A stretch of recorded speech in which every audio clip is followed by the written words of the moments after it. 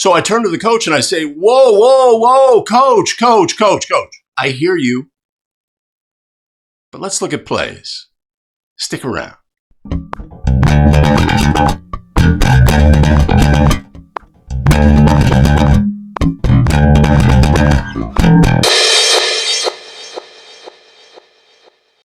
Greetings and welcome back to another episode of 5 Play Friday, the show where we take a look at plays, video breakdown, analysis, see what we can take from the play, positive, negative, using National Federation of High School basketball rules. We're looking at positioning of the officials.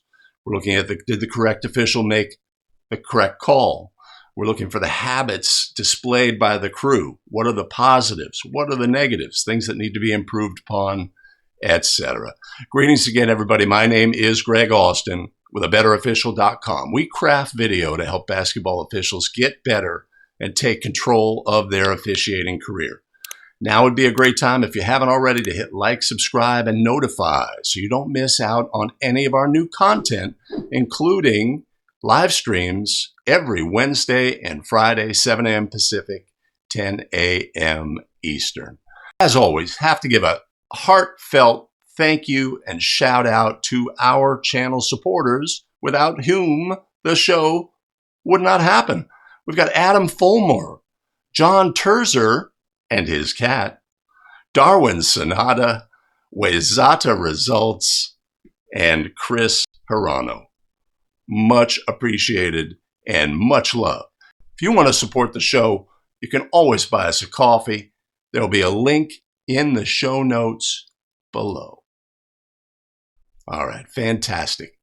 All right, so today we're going to look at plays. We're going to look at some plays. I've unearthed some video from 5 or 6 years ago, a game that I worked, and we're looking at play analysis.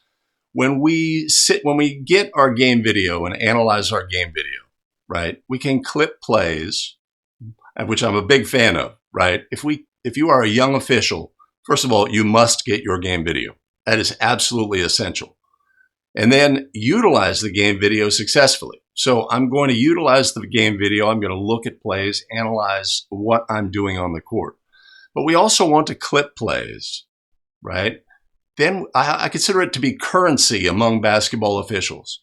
I can share that video clip with my mentor and say, I had this play. What do you think about my behavior here? What have you?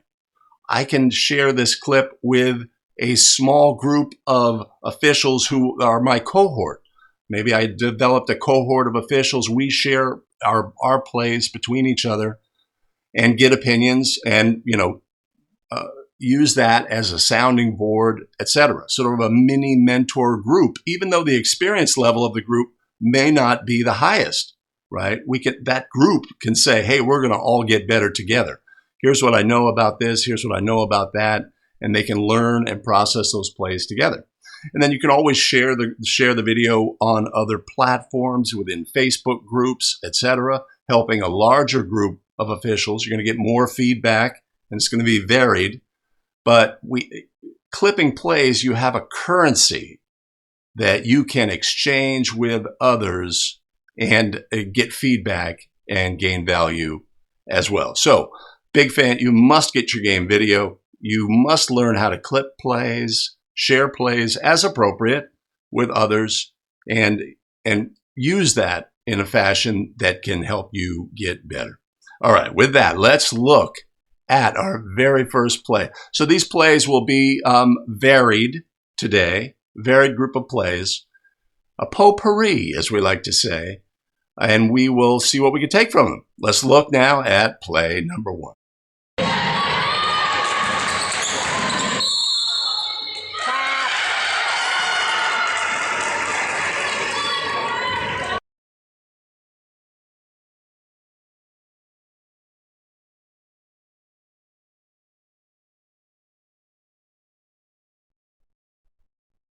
Right?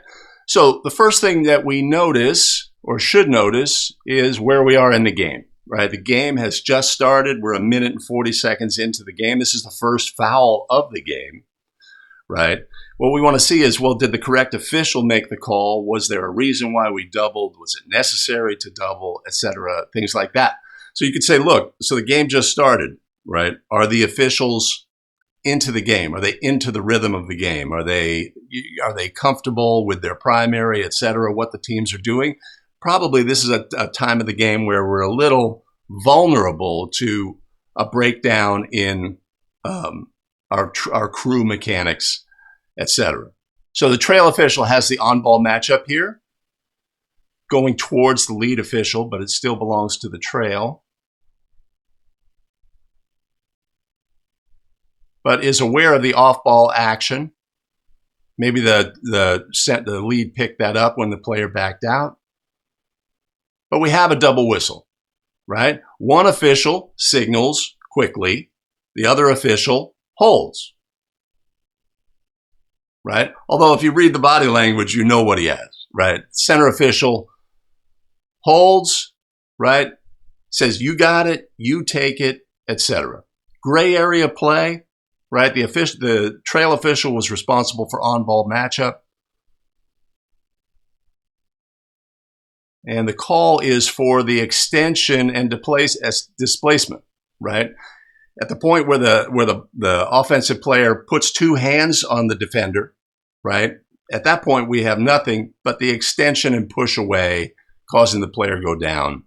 We have a team control foul by rule. And of course, we want to identify these as team control fouls early and often.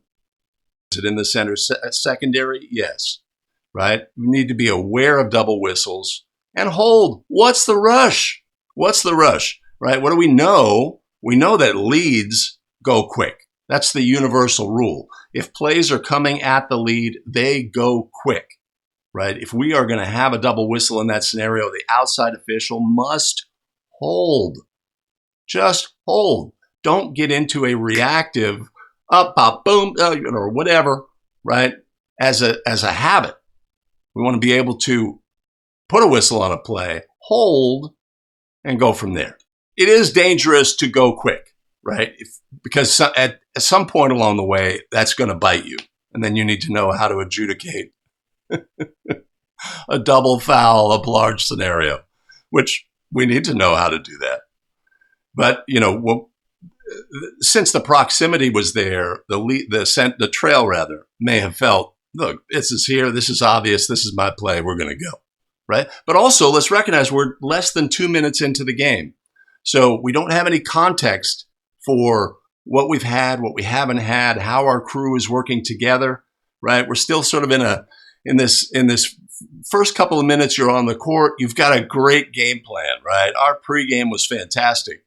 But until you get out on the court and are in the environment and are seeing the players and what the teams are doing and how your table is behaving and the coaches' early energy and the dynamic of the game itself, right? Until we get that, we're not truly into the game yet. We need to put a whistle on this play. It's an obvious foul. Any of the officials on the crew can put a whistle on the play.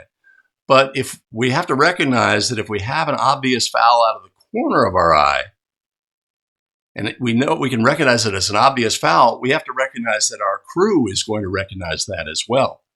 So if we are in a position of weakness where I'm focusing on this, but I can tell that this happened out of my peripheral, we don't necessarily have to have the urgency on that, right? Yeah, let's say there was no whistle from either official. The trail could come much later with a whistle here on this play. This is an obvious foul. We are going to put a whistle on this play. Anybody can come with a wide variety of timing. That would be my feeling on the play. All right, let's move on to play number 2.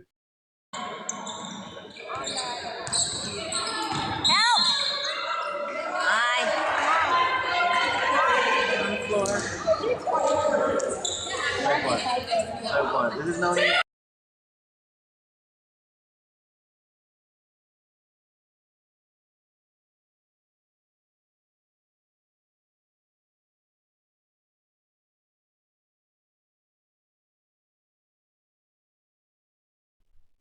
All right, so a simple hand check play. Looks like if we get a glimpse of the scoreboard, looks like early second period. Don't have team fouls up there, right? So center makes a choice to put a whistle on the arm bar at the free throw line, as opposed to letting the play develop, which may have gotten the player to the basket. So the initial foul, we have rhythm, speed, and balance quickness on the ball handler. Right here, right, we have that shove that causes the player to lean forward, etc. This would rise to the level of a foul. Now you could say, right, we're going to see what happens next. Maybe we can get that player to the line. We maybe still be thinking we're cleaning things up here in the early going. Maybe there's a consistency issue. That same play was called at the other end, etc. But in any event, that is a foul for the armbar push on the ball handler. But let's also look at the behavior of the official, right? Indicating there is no shot, pointing to the end line, very clear designation of the resulting spot. We have to be clear about that because our crew needs to know what to do next, right? So now we've moved into, so this play has a couple of parts. One is the veracity of the call, whether it was appropriate, and the other is what happens next and knowing what happens next and the behaviors of the officials, right? So let's take a look at that. So the clear designated the spot. So you're the center official or you're the old trail table side. You know you're going to be the new trail opposite the table, right? Behavior as we move, observing players as the new trail. Everybody's good. Solid crew. This is a really good crew. Really good crew.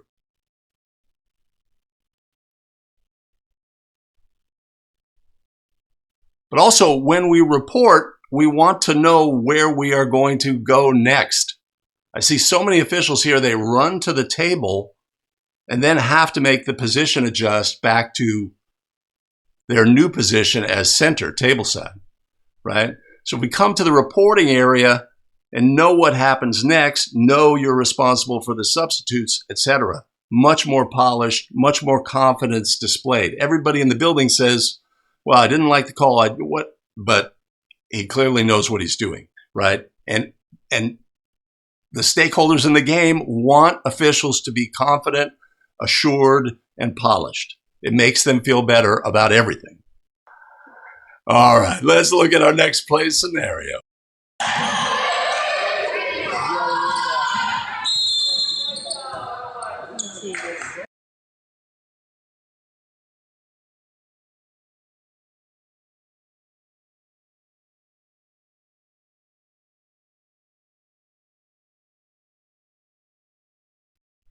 A great point, a great opportunity to look at discipline, right? And transferring eyes and rebounding responsibility and all of these things, right? So let's look at where are the players on the court. We've got 1, 2, 3, 4, 5, 6, 7, and 3, right? So 7 are in the or close to the lead's primary coverage area, right? So we have to be aware of this player in the corner. We have to be aware of what may happen next. But then we have the release of a try, right? When we do, we have to start to identify who are the players who are in a competitive matchup in a rebounding situation. If we had a pair of players who are under the basket and they are engaged, possibly, doing some hand fighting for position, etc., we have to be aware of those players, but we also have to be aware of what I call party crashers, is the players from the outside coming in, and identify those.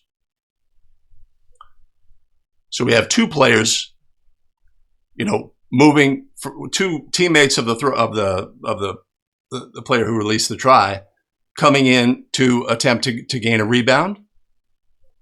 We have displacement, etc.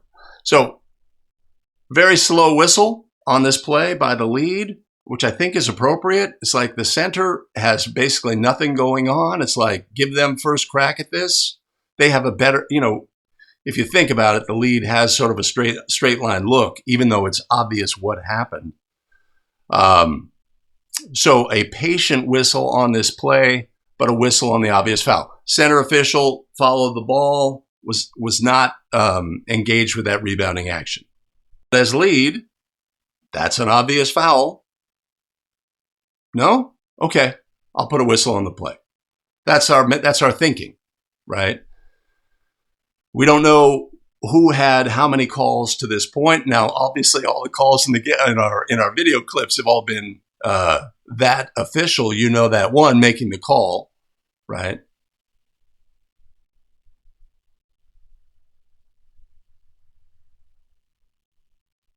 Yeah, we want the center to have an official, to have a whistle on this play. But as an official, one of the other officials, right, either trail or lead on this play. Great advice given to me early in my career by a fantastic official, Shelley Russey, NCAA Division I official, Shelley Russey, said that here's what's going on in her head. Well, that's a foul. You going to call it? No? Boom. Right? That's the timing. That's a foul. It's your call? No? Boom. Right? If we have that going on in our head, or the timing, if we can mimic that timing, then we have an excellent timing with our whistle. So in a two-person game, right, if our center and our lead were the only two officials, then we'd have a situation where we've got a three-point try from a gray area. Who is officiating that play? That would be a great thing to look at. So if this was a two-person game, let's say this trail was not here, and we have a three-point try from basically the free throw line extended. Who is officiating the shooter? We would have to have that worked out between the crew. And then, if after you've officiated the shooter, you need to transfer your eyes to rebounding action. Now, the deal, right, is this was an uncontested three, but the deal is, hey, I'm going to officiate this shooter up, down, and a little bit more, and I'm going to leave rebounding action to you. If we've got two officials who are of that mindset, and they're both officiating that play, then we can have issues. So that's a great thing to realize. So then both officials would say, well, I'm staying with the shooter up, down, and beyond. Again, in this instance, not a competitive action at the shooter. But I'm going to spend time there, and then I'm going to shift my action. We wouldn't want to miss this. And this could be the corner out of the corner of the eye play. We can put things together, and we can see the displacement. But that's a great point about in a two-person game how this could go. And what you'll see in many, many instances is in a gray area play, in a two-person game, both officials are officiating the shot and the defender. They have not successfully negotiated in a gray area play, bringing their pregame onto the court, not successfully negotiated. So that can definitely be a thing. We break down our game video, and we see, and I'm the center on this play, and I see, what was I thinking? What was I, was I still being aware of the shooter? Was there something at the top of the key that I was officiating? Why did I not have a whistle on this play? Right? Those are the things we want to examine. Where was my head? What was I looking at? Etc. And that's how we look at our game video and get better. On this play, I should have had a whistle. On this play, I did not have a whistle. Why did I not have a whistle? What was I looking at? Why was I looking there? Etc. and not looking here? Why was my body, closed or my head position weak? That's why we look at game video. So we can find these things in our game and get better. Definitely a part of my thinking when the right team gets the ball and the contact maybe is less obvious or less impactful. Right? So that's going to factor in, like, let's say there was modest displacement on this play and the player didn't, buckle over and lose her balance, but just got moved, right? Then it's like that is incidental contact because it had no bearing on the result of the rebound.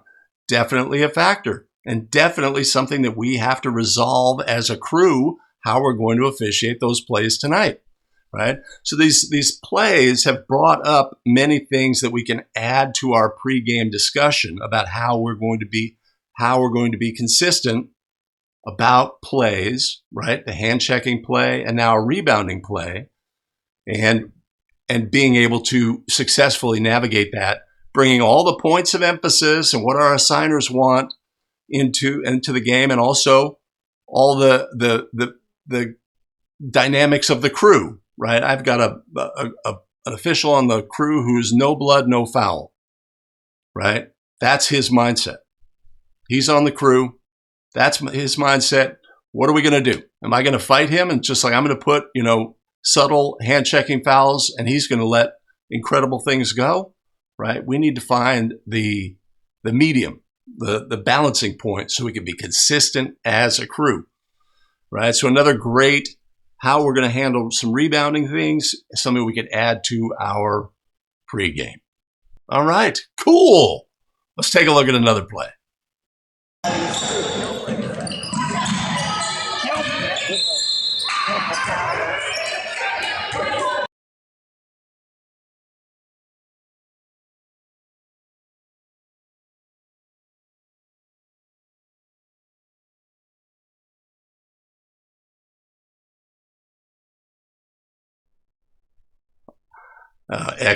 Excellent play, right? So we have a drive to the basket, a C-side drive. In three-person mechanics, again, what are we going to do? We're going to pregame how we're going to handle C-side drives and just reinforce what we have on the play, who has the responsibility for the primary defender, etc., right? So on this play, we have a C-side drive. The primary defender on this play belongs to the center official. What is the lead going to officiate? Lead is going to officiate and look for a secondary defender who comes to help on the play. We also have this defender in the corner who is a secondary defender, adding complexity to the play. Who's going to officiate that player? Right? So we have a body contact by the primary defender, looks like white 10, knocking the player off. So that's our foul. But we also have front side action by a secondary defender that the center official could not see. We could have a rake on the arm if we did not have the bump, right?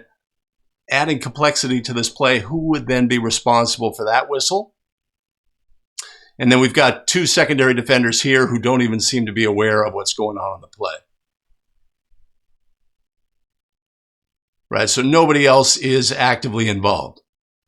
Center has a whistle. We see the lead, right? A little bit, right? Where are we?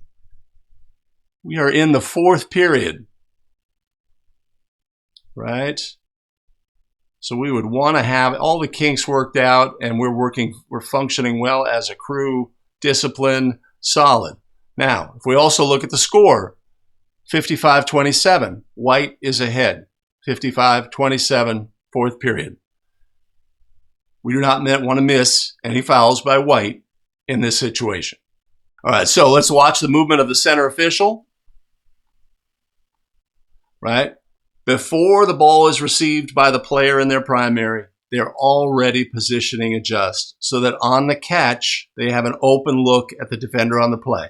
That's the habit we want to see. Ball is in flight, official moving. So when the ball is caught, we have the look on the play. Open look.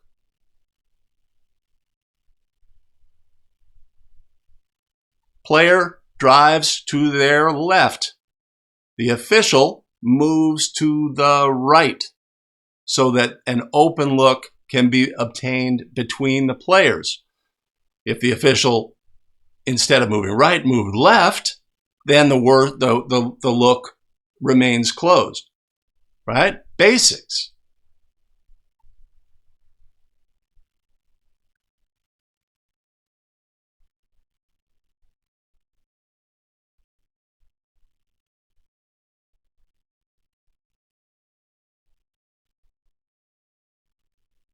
Okay. Like it. Great call, ref. We could have a double whistle, but again, this is a discipline play. If we're talking about the contact by the primary defender, that's our crew trust. So here, I'm the center official. No, I'm the lead official. I trust you to stay with that play all the way to the basket. That is your play. I trust you to officiate that play. Now I'm the center official. I will have that play all the way to the basket, but I trust you, if you see an obvious foul, that you will put a whistle on the play. It's a two-way street. It's not just like the crew says, look, dude, you've got the play all the way. I trust whatever you have. Yeah, I saw an obvious foul, but you've got the play and I trust. It doesn't work like that. It's a mutual trust as a crew and a commitment of the crew to get things right. But Paul brings up the great point about this play is that secondary defender. And we can have something there. There was a rake, and maybe there was contact there, and that's what the lead official was reacting to. Now, obviously, they pulled back. Yeah, all good. All good. I love it. I love plays like that. And again, are we going to pregame center side drives and what we want and trust as a crew, right? So that's the other thing is when we do our pregames, right? If we talk about specific scenarios, hey, center side drive. I've got primary defender all the way to the basket. You've got secondary defenders. Hey, let's talk about if the defender comes from the outside.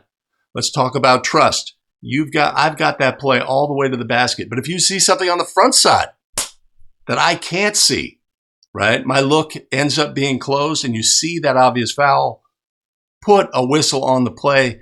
Let's get plays right. Let's reinforce. We are here to get plays right, egos, etc., etc. So we talk about a specific play in a pregame and we can start to get to more general concepts and reinforce those, right? If we did have a double whistle, we want to, all things being equal, we want to work the system, right? And this, again, something we talk about in the pregame. We have a double whistle. The official who's had the primary responsibility on the play should take the play. Unless, let's say that official had 3 calls consecutively against that team, right? His last 3 calls have been against white. Lead official might say, I'm going to double that. I got it, partner. And go take the call. Just to ease the pressure. That's certainly on the table of how we can be effective as a crew. Want to keep that in our pocket, right? Also, what I like to say is all things being equal. All things being equal, the official who should make the call should take it to the table. But if all things are not equal, the last call went against that team, was not well received, etc. We have an opportunity to potentially take some pressure off the crew by taking some pressure off one of the crew members and have a slight deviation. Keep it in your back pocket. Yeah, obvious foul, but it brings about a number of things that are fundamental to our work as a crew, our pregame, our discipline, our habits, and fundamentals. And that's what we want to jump off the video when we look at plays. Exhibited great habit, great habit, great habit. Great fundamental, great fundamental, great fundamental. Great habit, lacking on this habit, right? Area for improvement. Add that to the list. Part of our plan going forward when we work our next ball game. Let's play. All right. I like it. Let's see what else we have from this game. Got a mic? What the?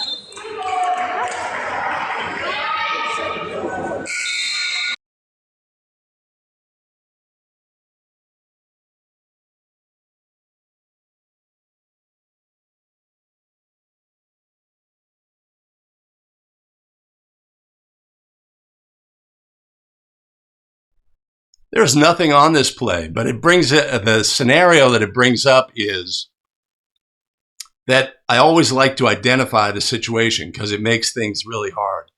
I consider this to be the Twilight Zone, when the ball gets loose here. And remembering that team control, does it change, right? It's just a great example of a situation where we can lose track.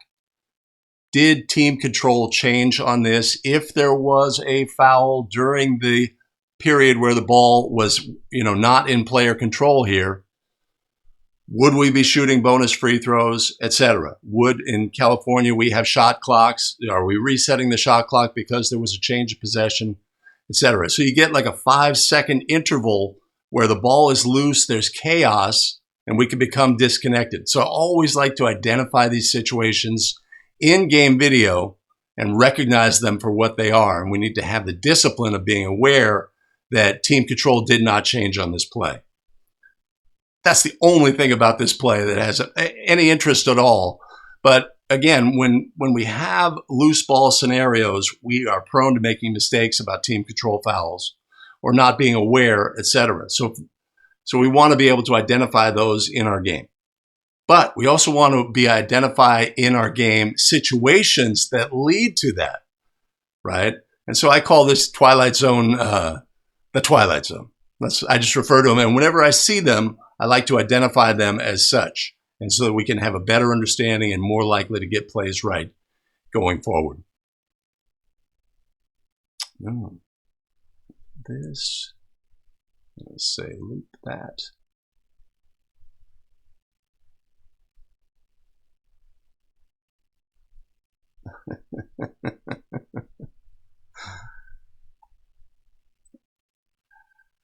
Okay, I have another play. I am on this game. Let's look at this next play.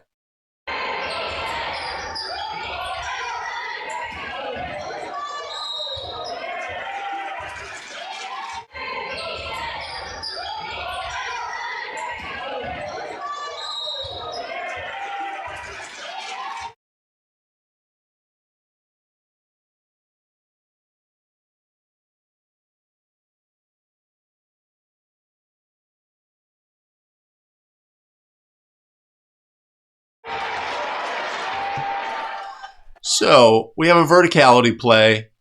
If you're officiating the right things, this is an easy call, right? If we have picked up that secondary defender on the play in the lane, let's do this.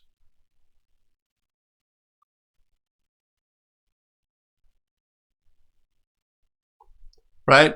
Easy, right? We got an open look on the play, easy play if we're officiating the right things. Got a player who extends, creates contact, and then, of course, does what all the players do. I was straight up. Coach, I was straight up. Right? So, obvious play, obvious foul, easy call. I included this play because this game was actually a really important game in my growth as a basketball official. This was my first NorCal playoff game. So this would be a state playoff game, first round, second round, something like that. And it was my first, and I completely gave myself over to the veteran partners on the game. The game goes on, and there was things in this game that I was not happy about the way that we officiated this game as a crew. But I'm like, well, I'm the junior guy, so I'm just going to, bite my lip, button up, right? But after this game was over, I realized that I needed to assert myself more in situations like this. So it left a taste in my mouth that I had to work to overcome. And it said, look, if the game needs me, I need to step out of a comfort zone and put the game first and fight for the game and be more active on that front. So I love seeing this clip. I just found it in the vault. Brings back memories of that because, this was, and ultimately we had one more game as a crew. And then it was the off season. And in the off season, I'm thinking long and hard about my role in the game and how I need to step up and be a better official. So that was fun.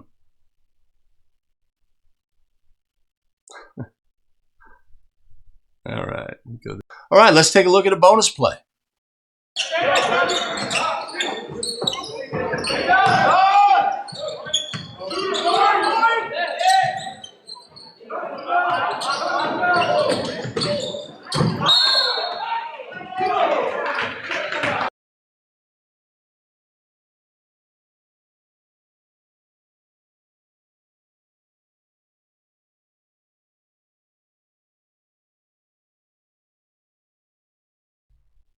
Right. So this is a coverage play, a discipline play, two-person game, and you're welcome. I'm not on the game. Block charge, secondary defender. Right? If we put it in those terms, block charge, secondary defender. Right? Whose call does this belong to? Lead.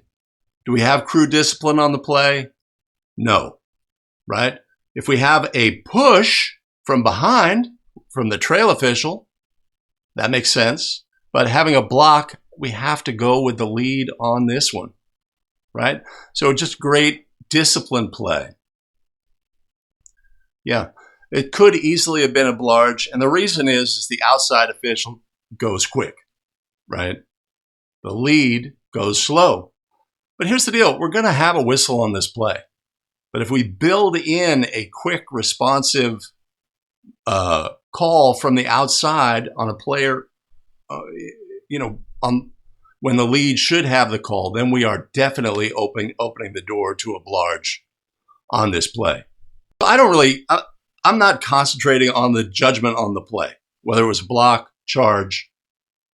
That's really not the key thing, the key takeaway here. The key takeaway is we need to have discipline as a crew, and we need to know how we're going to handle this kind of play. Is this a unique play? Like, oh my gosh, that play happened. I've never seen that. This is going to happen in your game, right?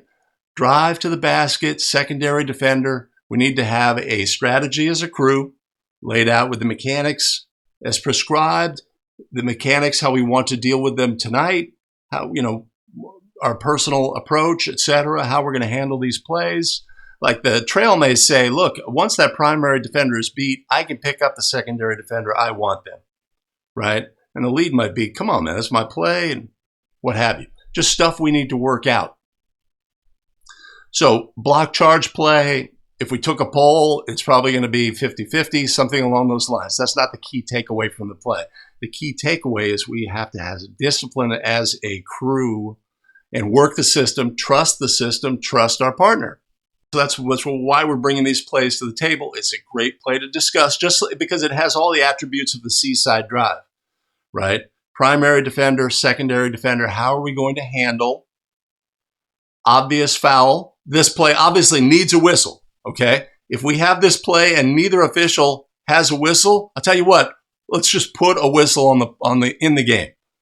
At least we have a 50-50 chance of getting it right. But this play needs a whistle. So we can talk about plays that need whistles. When plays need whistles, anybody on the crew can come get it. When a play needs a whistle, unless they're absolutely, a mile away or impossible to make the call. And then we just have to own that, right? So all of these plays just are great conversation starters and things we need to, I need to add that to the pregame. So we've had gray area coverage brought up earlier. We've had secondary defender. We have hand checking, consistency, how we're going to handle as a crew. When plays need a whistle, how are we going to handle as a crew as well? And this just basically outlines a pregame discussion. Hey, thanks for sticking around to the end of the video. Much appreciated. Now would be a great time, if you haven't, to do all the things. I mean it, to do all the things like subscribe, notify, and share the video with other basketball officials who could find value so that we can all get better together. Have to, as always, thank our fantastic and phenomenal channel supporters, Adam Fulmore, John Turzer, Darwin Sanada, Wezata Results, and Chris Hirano. Much appreciated and much love. You want to support the show? You can always buy us a coffee. There will be a link above and in the show notes below. We have additional video content for you here. I have selected this video. YouTube has selected this video. You make your choice. Choose wisely. And we'll see you in the very next video. Take care.